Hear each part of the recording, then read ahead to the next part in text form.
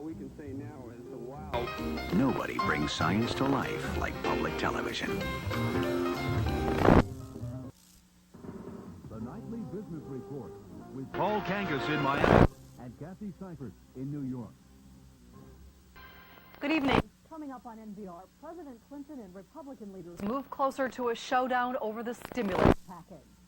On Wall Street, profit-taking and concerns about the economy pull blue-chip prices back from record levels.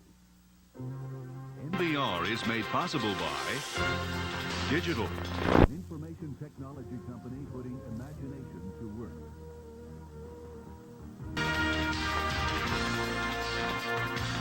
The $90 billion Franklin Templeton Group, helping nearly 2.5 million mutual fund investors reach their financial goals. Franklin and Templeton funds are distributed nationwide by investment professionals.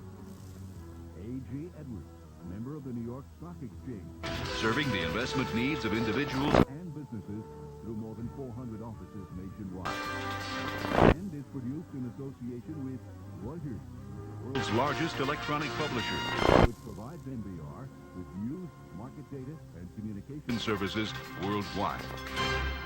As Congress ended its Easter recess today, President Clinton launched a harsh attack on Senate Republicans for blocking his economic stimulus package. But while the war of words intensified, Senate Democrats postponed a showdown on the Senate floor until Wednesday, hoping to work out a compromise. Dennis Moore reports. The president was praising the Maine Black Bears, come from behind national college hockey champs. Hockey is a tough game. It's a hard-hitting sport. It does have one virtue, though. There's a penalty for delay of game. I wish we had that rule in the Senate. With Republicans checking his attempts to score on the jobs bill, Clinton and the Democratic offense are trying to put together a political power play. The union of construction workers an appeal to join the fight. You've endorsed Republicans. If they'd help put you to work, ask them again. When they say, oh, we can't add to the deficit, say, well, you guys, you voted for 12 years for these kinds of things, so often to help other countries. Why not help us? The Republicans relieved at the King verdict and the response in Los Angeles, a warning about ridiculing swimming pools or summer jobs. It won't be very funny if the economy slips back in a recession. Or especially if this summer jobs program is lost and there's an eruption in an American city this summer. Now that's a pretty good stretch. But it could be because they can't find jobs because the Clinton administration is undermining the economy so rapidly that a lot of people aren't out hiring anybody. No way was the Republican goalie letting that one by. They'll be going up and down the ice on this at least through tomorrow, with the question now just how much the president will have to shave off his package. The Democrats' captain appealed for some help. Tell them about the importance of that jobs bill. Well, makes athletics all the more refreshing. Refreshing is hardly the word for this rhetorical high-sticking, and a frustrated public could just decide to put both parties in the penalty box. Dennis Moore, NBR, White House. The administration is also trying to head off a trade war with the European community that could erupt later this week. U.S. Trade Representative Nikki Cantor met today with EC Trade Commissioner Sir Leon Britton in Washington, but no progress was announced. The U.S. has threatened to impose sanctions Thursday on European goods unless the EC eases rules that favor European companies in the awarding of government contracts. It was a comment that President Clinton made regarding trade last Friday that sent the dollar reeling again today on world markets. The president suggested a stronger yen was one way to reduce the trade gap with Japan. Dollar traders took his words to heart. Scott Shirley has more. The word out of Tokyo most mornings of late has been the same. The dollar is trading at historic lows relative to the yen. In New York today, it came off its lows, but is still approaching the psychologically significant level of 110 yen to the dollar. It was also down against most other currencies. The president believes a weaker dollar will reduce Japan's huge trading surplus, but traders say history does not support his theory. Now we are pretty much where they would like us to be. On the other hand, looking back, the trade deficit hasn't improved. I don't think a higher yen will solve the problem. And traders say what is driving the dollar down far more than presidential jawboning is action or inaction on the deficit reduction issue.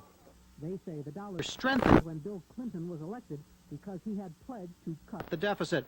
It has weakened as plans for budget cutting gave way to plans for more government spending. Traders say this has led to a loss of confidence on trading desks around the world. Many see the dollar down to 100 yen, although most believe it will bottom about there. The market tends to move in extremes. New Information, new news is introduced. You get a bit of an overshoot, a bit of an undershoot, and in this case, obviously, the yen is, I believe, overshot its target. I don't think the underlying fundamentals support it. In the long run, international currency experts say the United States must get its Fiscal house in order. Only by making real progress toward reducing the deficit will it restore confidence in the dollar. Scott Gervais, NBR, New York. Having risen 82 points, or 2.4% last week overall, including Friday's 22 2/3 point gain, which was a closing record high at 3478.61, the Dow Jones Industrial Average was due for some profit-taking, so this morning's opening downturn was no surprise, especially since the Dow Transport and Utility Indexes, which also ended at record highs Friday, felt the sting of selling early today. By 11 a.m., then, the industrial average was off 20 points, 8 stocks lower for every 5 higher.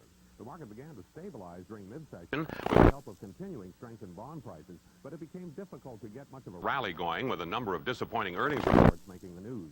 As a result, the Dow Jones Industrial Average was only able to trim its closing loss to 11.62 points at 3466.99, and we ended the day about 14.5 points below the best level achieved and up only about 9 points from the low.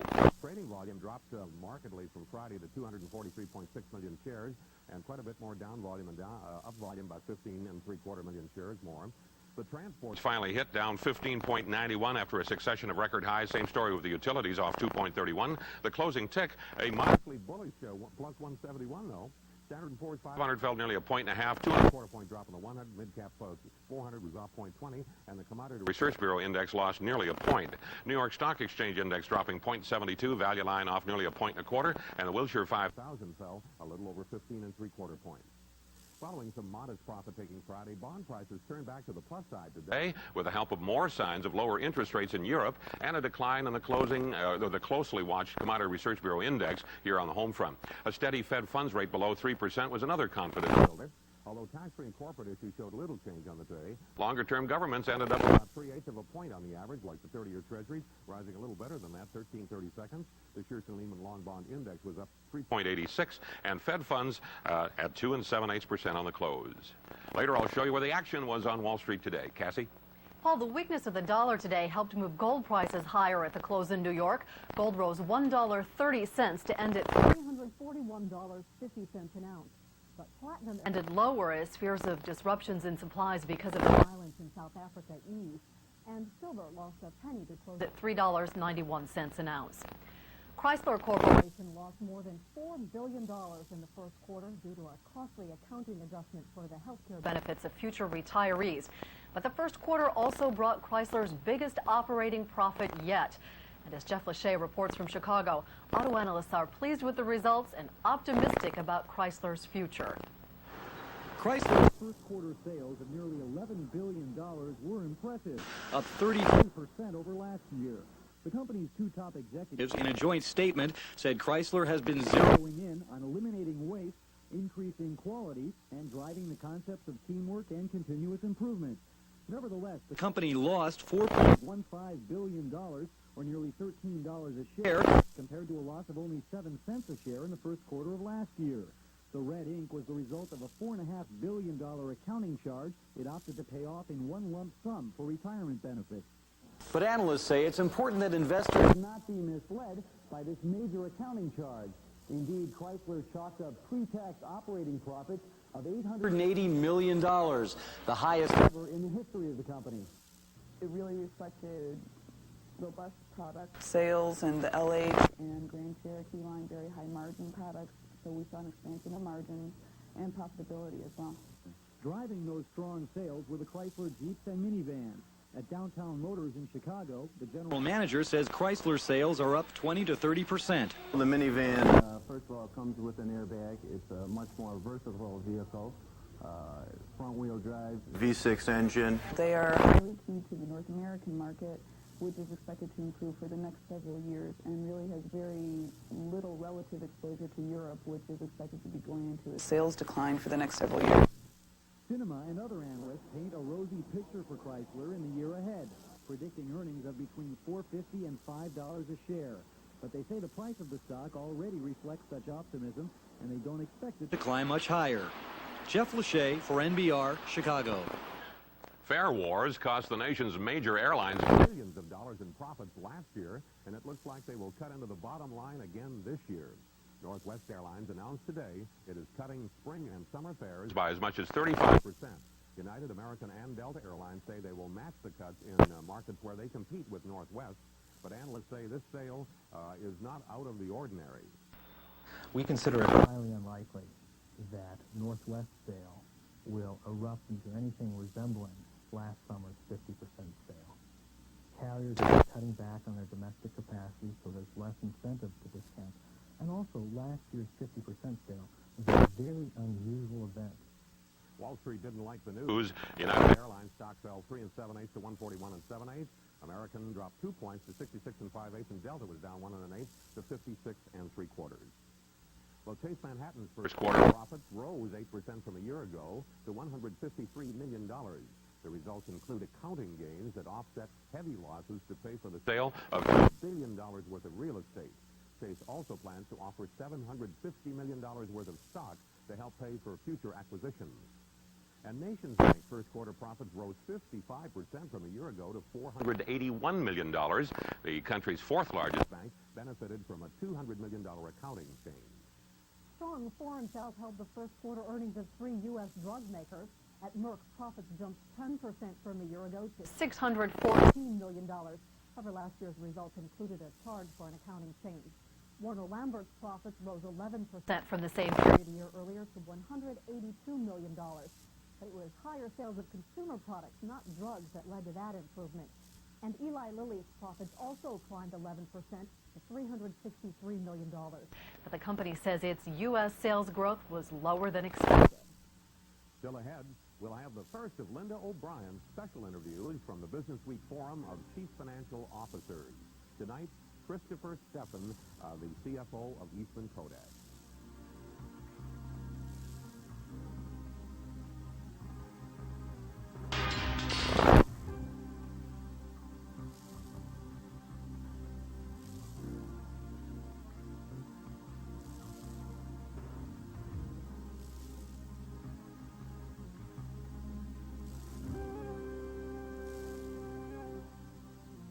Intel said today it sees little impact from a court's ruling granting rival Advanced Micro Devices a new trial in a long-running microchip copyright suit. But plenty of others saw an impact. Advanced Micro Devices said it will immediately begin selling a clone of Intel's most powerful and profitable computer chip, the 486. While many analysts today upgraded AMD and downgraded Intel. And down was the word for Intel stock. It plunged 12 1/4 to 97 3/4. Advanced Micro was up 3 7/8 to 28. The Dow Jones Industrial Average finally a little profit taking, but pretty mild considering what we did last week, down 11.62.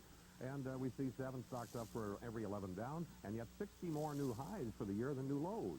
Topping the active list was Advanced Micro Devices with that gain of 3 7/8. Walmart edged an 8 higher. Chrysler down 1 5/8 on that big, nearly $13 a share loss, but you heard why. Actually, there are 20% more shares out for Chrysler than there were at this time the first quarter last year. Coca-Cola was unchanged. Same story as RJR Nabisco. Philip Morris was down 1/8. Merck did well, up 1 7/8. Home Depot rose a half point, but Chase Manhattan down 2 3/8. A little disappointment on those earnings. PepsiCo 10th in big board volume, down 3/8. American Telephone, among widely held issues, fell 3/8. Exxon dropping 1 1/8 on a slight dip in oil prices. Great Lakes Chemical dropped 3 3/8, although the company in with first quarter earnings higher, 90 cents versus 75 cents. But some analysts say that was a little bit below estimate. IBM edged 3/8 of a point. Medtronic up 2 7/8, making a comeback. Hard to believe that stock traded as high as 104.5 in the last year. UAL down 3 7/8, hurting the Dow Transport with that nearly 16-point loss on news of new fare cuts. Home Shopping Net, the big gainer of the day, up 1 3/4. First, the company called recent reports of impending bankruptcy irresponsible and unfounded. And then this afternoon, Liberty Media said it plans to make a cash tender offer for 15 million Home Shopping Net shares at $7 each. That would bring Liberty Media's stake to 40%. Federal Mogul doing well, up 1 5/8. Earnings of 23 cents in the first quarter versus a loss of a penny last year, and revenues up a handsome 38%. Paul Corporation up 1.5%. The company's in a supply pact with the American Red Cross. The company makes filters for healthcare products. And after that, Morgan Stanley upgraded the stock to a buy and increased earnings estimates. The big loser of the day, Dime Savings Bank of New York, down 2 3/8. The company linked the weakness to news of its rights offering, which will allow shareholders to buy stock at $6 a share. One right plus $6 gets you a share of the stock. I think they placed that a little low. Rockefeller Center Properties down 1 full point, big percentage loser. This week's Barron's Financial Magazine talked about problems for the company because of the poor Manhattan office rental market. Cooper Tire and Rubber down 3 1/8. First quarter earnings 30 cents versus 23 cents, in line with Wall Street estimates, but apparently that's not good enough these days. NASDAQ trading a lot, 3 3/4 points in the composite index. Volume down exactly 4 million shares from Friday. About 12 stocks higher for every 14 lower. 100 index down 6.39. There we say Intel with that big 12 1/4 point drop. Amgen up 1 7/8. Microsoft holding steady, an 8-point gain for MCI. Apple Computer up 3/8. Synoptics down 2 points. Cisco Systems fell 1.5. Chiron was up 4 3/4 points. The only thing I saw there, market technician and guest market monitor Walter Deemer came up with a buy recommendation on Chiron today. U.S. Healthcare up 2 3/8. Medical containment up 1 3/8. First Tier Financial, nobody crying the blues there, up 9 full points. The company will merge with Bank One on a 1-for-1 stock swap, and Bank One closed at 58 1/8 today. Clearly, Canadian Beverage had a happy hour this evening, I'm sure, up 1.5. The Kemper Securities upgraded it from a hold to a long-term buy. And BMC West Corporation up 1 1/8. Company had earnings in the first quarter of 8 cents versus a loss of 10 cents last year. Revenue up 31%. Company distributes building materials. Over the American Exchange, a loss of 1.66 in the market value index. Volume down about 1.25 million shares from Friday. 2 stocks up for every 3 down. Topping the active list on 1 million shares. Energy Services up at 16th. Well, Maverick Tube went into 1 today, down 1 1/4, even though it had earnings in the second quarter of 8 cents versus a loss of 56 cents last year. Strange story there. Same thing with Ziegler Company, financial services firm. Earnings higher. First quarter, 29 cents up from last year's 26 cents. That's the Wall Street wrap-up, Cassie.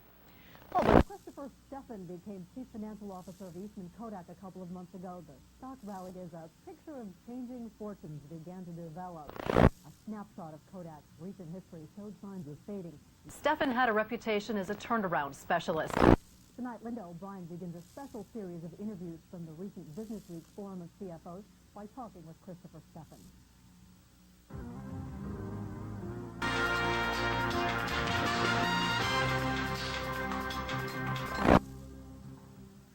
One of the sessions at this Business Week Forum is entitled Making Shareholder Value Everyone's Job. How can a CFO accomplish that within a corporation?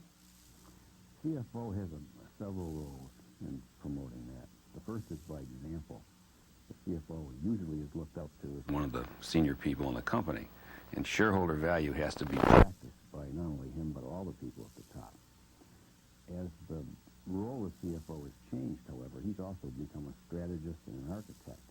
And in terms of putting together the kinds of business plans as well as the kinds of compensation plans, which feed into the strategy, that's a very key part of that. Kodak recently implemented a plan which would require the top 40 managers to invest in Kodak stock. What was the rationale behind that move? Well, I think it was fairly well recognized that Kodak's performance had come under scrutiny from some of the more aggressive shareholders and shareholder investment groups, company-wide, so to speak. And it was felt that one way to promote improving the efficiency of the company was to make the top people, put them in the same boat with the shareholders. You joined Eastman Kodak in February, and I understand you were called the $3 billion man because the company's stock market value soared even before you joined the company. What plans do you have for Kodak to improve its financial picture? Well, let me comment first on the $3 billion man. The first meeting I had with management, I indicated that the real important number was $156.07, because that's the price of bus fare back in Minneapolis if it doesn't work. The plan for how we're going to go about enhancing shareholder value at Kodak will be developed by the senior management team at Kodak, and we think that it's going to take some time to do that. It's taken us some time to get to where we are. It'll take some time to develop the plan. You've indicated to analysts the idea of cutting costs, of reducing debt against capital. Does that signify restructuring, more layoffs, perhaps? I don't think we can rule that out. But I think importantly, the company also consists of something which might not be as well known, at least to the investment community, and that is a very strong healthcare business, both ethical and over-the-counter drugs, as well as being one of the major producers of chemicals, both bulk or commodity and fine. So you plan to continue with that diversified philosophy?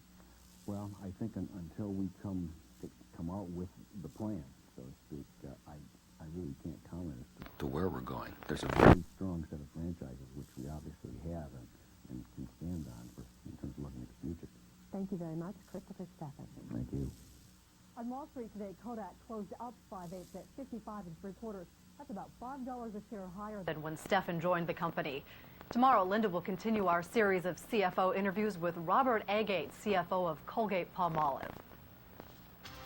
Coming up, guest commentator William Glavin looks at ways to improve business education. The nation's second-largest law firm agreed today to pay a record $51 million to settle its involvement in the Lincoln Savings and Loan case. The Resolution Trust Corporation had charged that the firm of Jones, Day, Rivas, and Pogue misled regulators and helped Charles Keating plunder Lincoln. The firm said its dealings with Lincoln were competent and professional, and it neither admitted nor denied any guilt. The Supreme Court has denied an appeal by Quaker Oats over an unfavorable trademark ruling. Quaker Oats had been using the words Thirst Aid to advertise a Gatorade drink, but a court ruled that infringed on a small Vermont-based beverage company that had already been selling products under its Thirst Aid trademark. The justices turned down the appeal without comment. Quaker Oats stock fell 3/4 of a point to end at 63.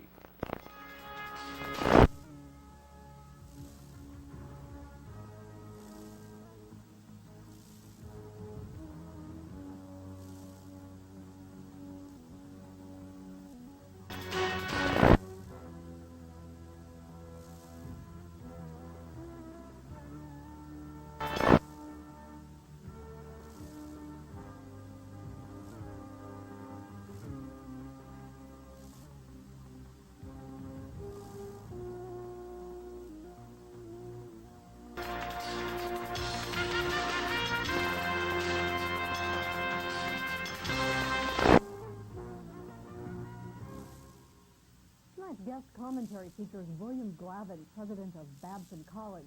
He says business schools should take a global view in designing their courses in order to give students the best competitive advantage. Several people have asked me exactly what business schools need to do to prepare students for the emerging global marketplace. The dramatic shift to a global economy clearly signals a need for revolution in business thinking. In my opinion, there are many things that can and must be done. We must put more emphasis on imaginative ways to learn foreign language skills, especially as a key to understanding other cultures. Global concepts should be included in most, if not all, business courses and problem-solving exercises. Faculty must help students develop marketing, finance, operations, and management skills that travel, because they cannot avoid global issues, whether through offshore production, selling abroad, or working for international firms. While in school, business students should have experience in a mentoring program where they work with global firms on real problems.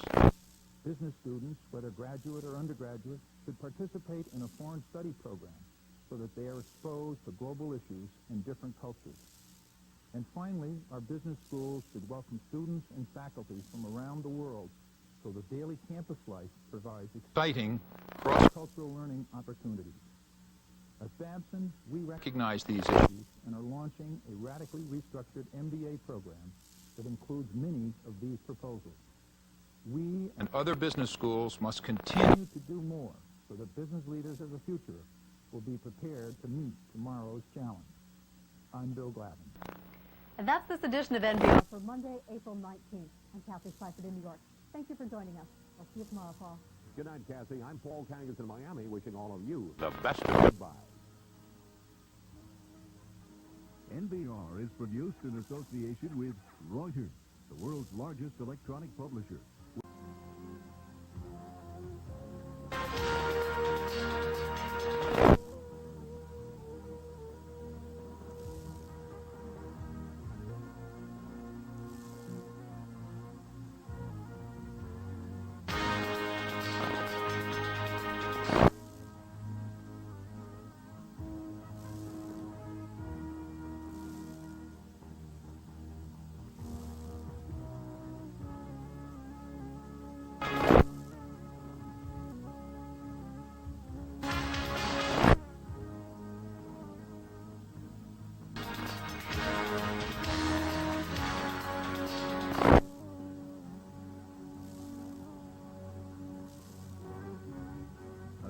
education is valuable, but it also can be expensive.